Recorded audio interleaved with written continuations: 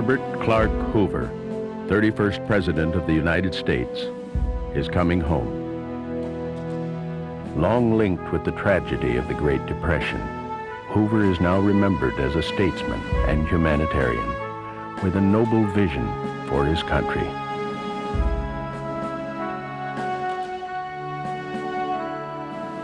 Today, he will be laid to rest on a hill overlooking the town where his life began. West Branch, Iowa, in the 1870s, a frontier settlement with the promise of America at its doorstep, a promise Herbert Hoover will seek to fulfill throughout his life.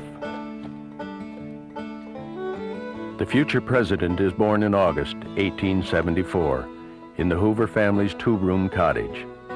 "We have another General Grant in our house," announces a proud father. Jesse Hoover is a blacksmith and one of the town's leaders. His wife, Huldah, is a pious Quaker.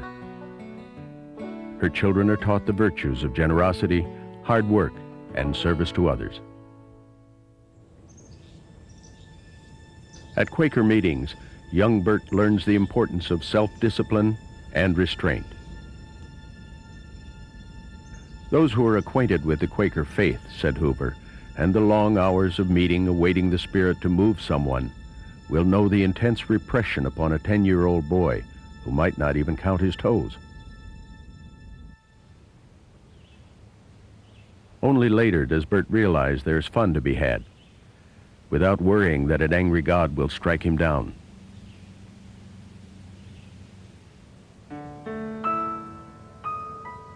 When Bert is 6, his father dies.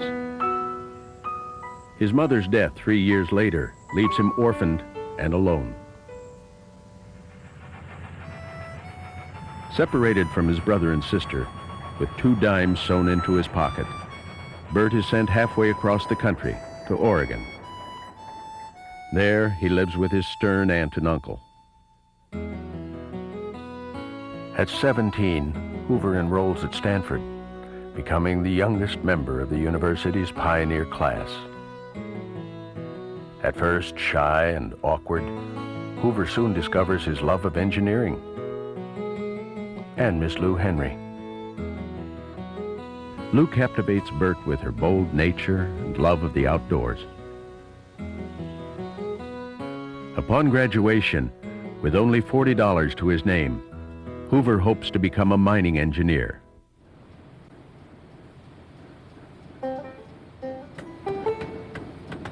After shoveling ore for more than a year, Bert hears of a British firm seeking an experienced engineer to manage its mines in Australia. Only 23, Hoover buys a new tweed suit, grows a mustache, and sets off to win the job.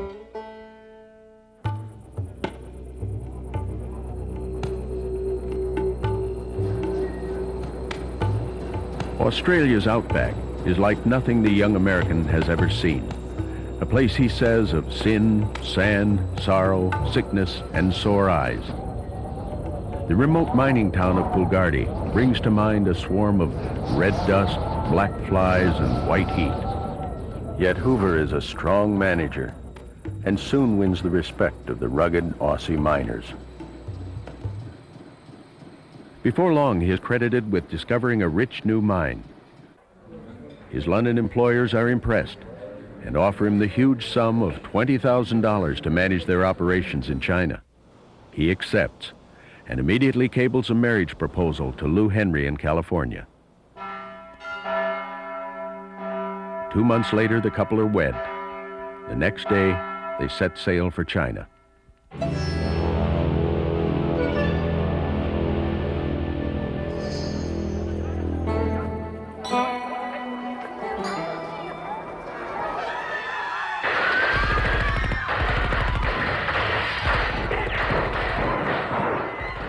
Within 6 months, the Hoovers are caught in the throes of the anti-Western Boxer Rebellion. Hoover helps defend an international settlement under siege. Lou is fearless, and each morning sweeps the bullets off their front porch. "It seemed to me," Hoover said, "that I had been delivered a strong hint by way of the artillery fire that my engineering engagement with that government was over.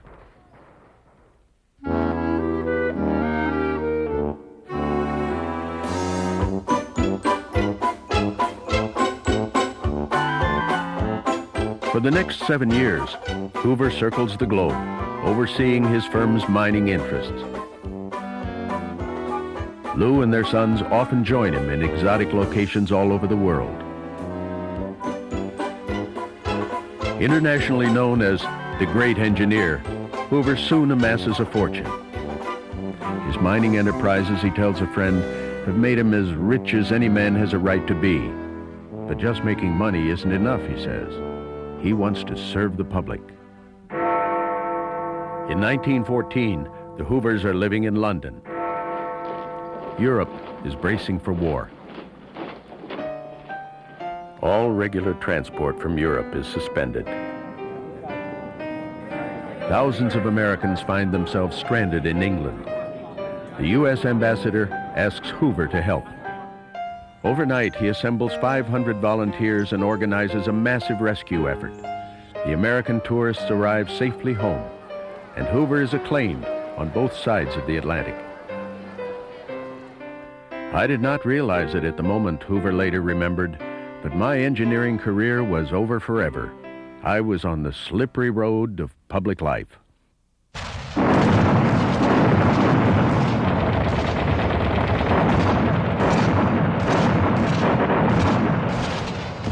World War I engulfs Europe. Nowhere is the situation more critical than in Belgium. The nation is blockaded. 10 million people face starvation. Hoover takes on the task of Belgian relief. The Commission for Relief in Belgium raises over $1 billion from government grants and private donations, most from Americans. If you tell them what is needed, Hoover says of his countrymen, they will give you anything and everything. Hoover himself accepts no salary and personally pledges amounts far in excess of his net worth. Of his mining empire, he says, let the fortune go to hell. Hoover organizes a vast network of factories, ships, and volunteers who distribute food and supplies. He negotiates between warring governments to allow food to cross the blockade.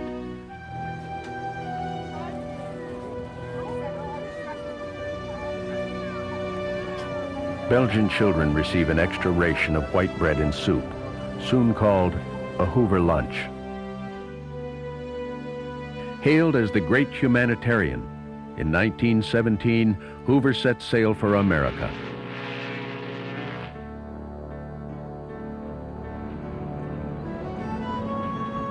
Every homecoming to me, he says, is a reaffirmation of the glory of America, the greater kindliness and friendliness which comes from acceptance of equality and the wide open opportunity to all who want a chance.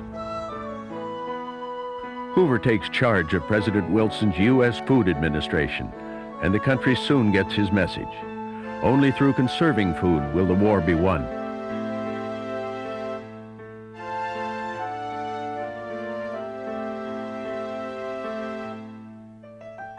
While Lou Hoover does her part in the voluntary effort, millions of her countrymen learn to Hooverize, observing meatless Mondays and wheatless Wednesdays. And the Hoover name becomes a household word.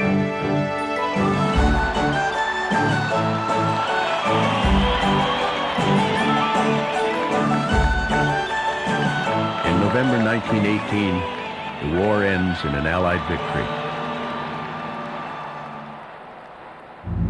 An uneasy peace settles over Europe. Famine stalks the exhausted continent. Once again, the great humanitarian takes command.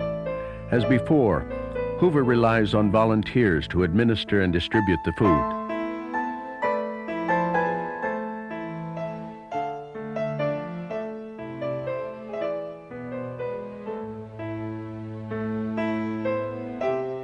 Though he dislikes Lenin and the Bolsheviks, Hoover accepts an appeal to feed the Soviet Union.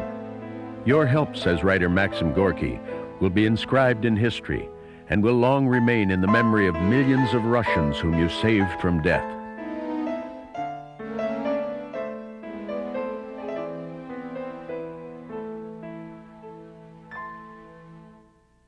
Hoover brings home to America what he has learned in his humanitarian efforts overseas, that voluntary cooperation is essential for the common good.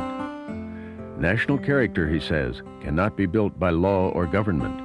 It is the sum of the moral fiber of its individuals.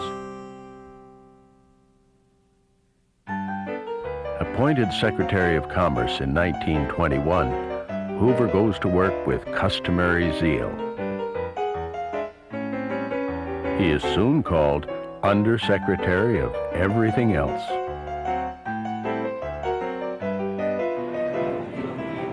Worried about the dangers of increased stock speculation, Secretary Hoover warns President Coolidge, but the warning goes unheeded, and the boom times continue.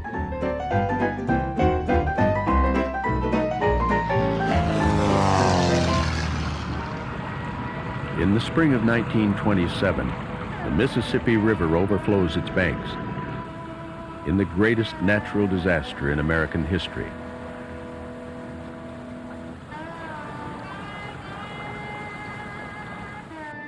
Within days, Secretary Hoover is on the scene, requisitioning trainloads of food and building tent cities for thousands of flood victims.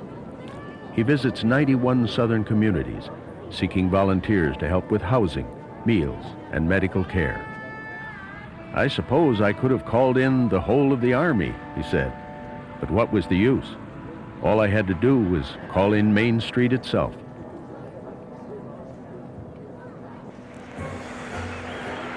Hoover's popularity reaches new heights. In 1928, he campaigns for the presidency on a reform ticket. His platform includes farm relief, children's issues, conservation of natural resources, and global disarmament. Voters love his can-do attitude. In November, they elect him in a Republican landslide.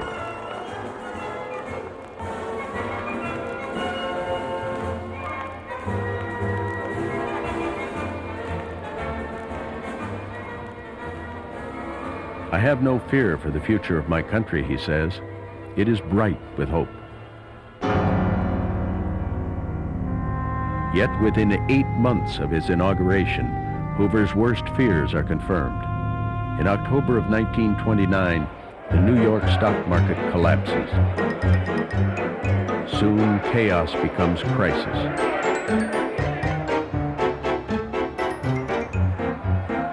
Europe panics.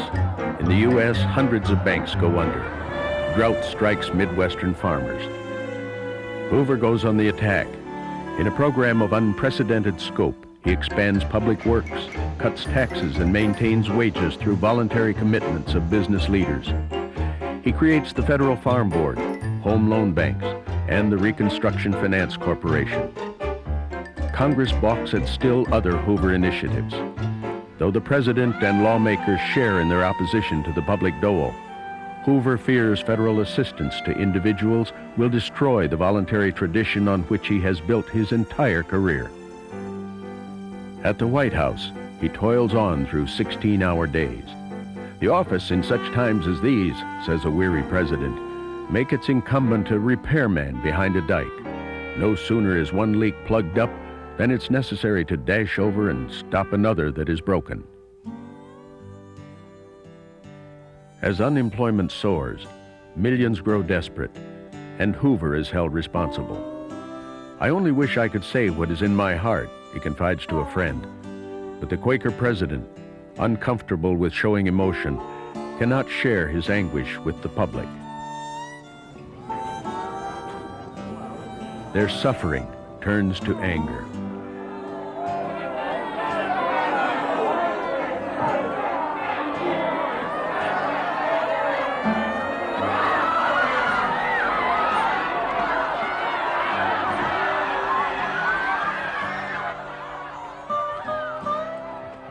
By 1932, Hoover is a national scapegoat. Time magazine calls him President Reject.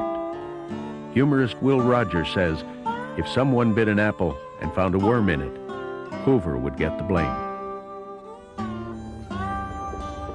An electorate that gave Hoover overwhelming support only 4 years earlier now turns against him.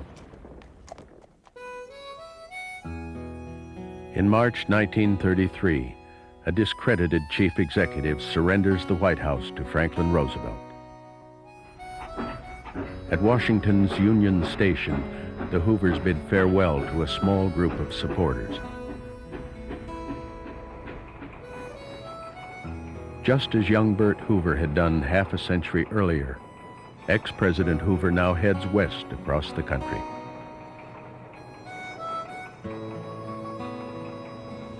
The Hoovers settled into the house Lou designed in the hills above Stanford. Shut out of national politics, for Hoover, these are his wilderness years.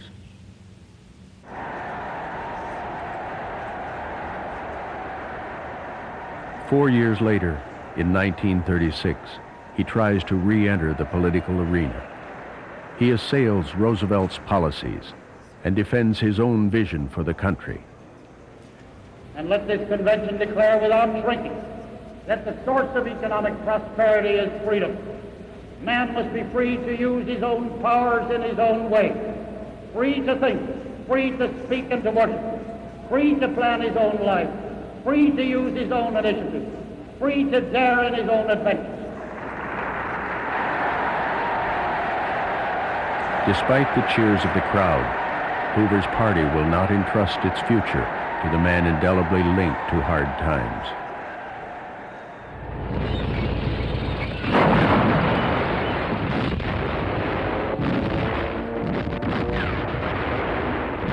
September 1939, the world again goes to war.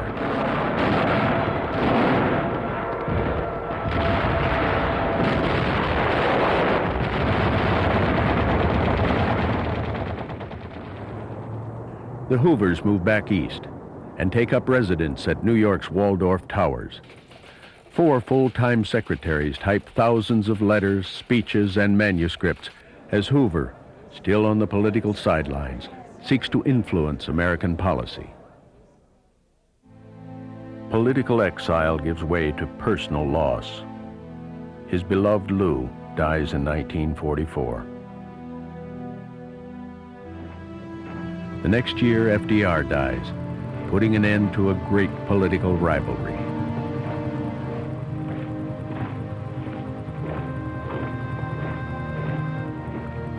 Within months, the war is over.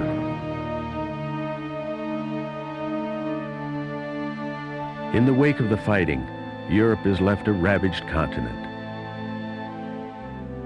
President Harry Truman pledges a global relief effort and chooses Herbert Hoover to lead it. 25 years after last feeding the hungry of Europe, Hoover the humanitarian returns. Called back, he says, like a trusted family doctor. He oversees the massive relief efforts, visiting 38 countries in a race against time and famine. At the age of 72, Herbert Hoover is once again a living symbol of American generosity. For Hoover, the wilderness years are over. The years of acknowledgement have begun.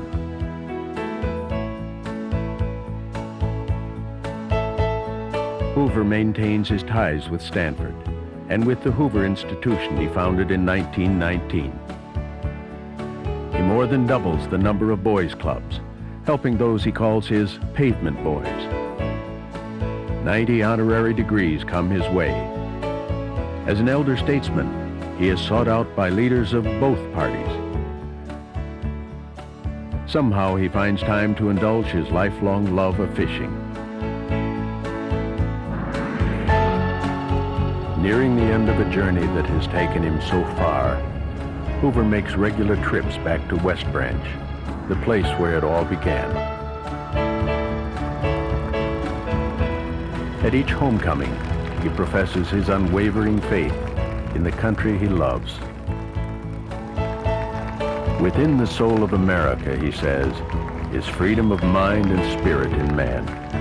Here alone are the open windows through which pours the sunlight of the human spirit. Here alone is human dignity, not a dream, but an accomplishment. As the shadows lengthen over my years, My confidence and my hopes and my dreams for my countrymen are still undimmed. That fear, hatred, and pain and tears may subside, that the regenerating sun of creating ability and religious devotion will refresh each morning the strength and the progress of my country.